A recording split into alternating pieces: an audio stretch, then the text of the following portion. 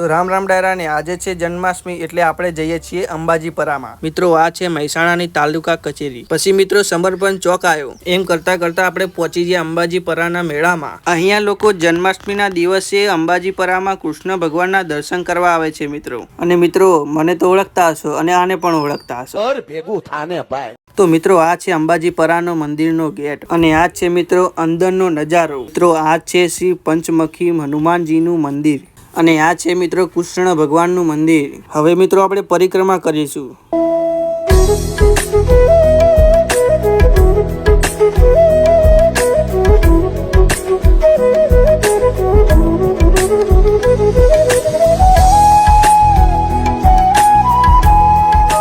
અને આ છે મિત્રો કૃષ્ણ ભગવાનનું ગોળિયું। પછી મિત્રો મંદિરની બહાર ગયા ત્યારે નાની રાઈડો જોવા મળી।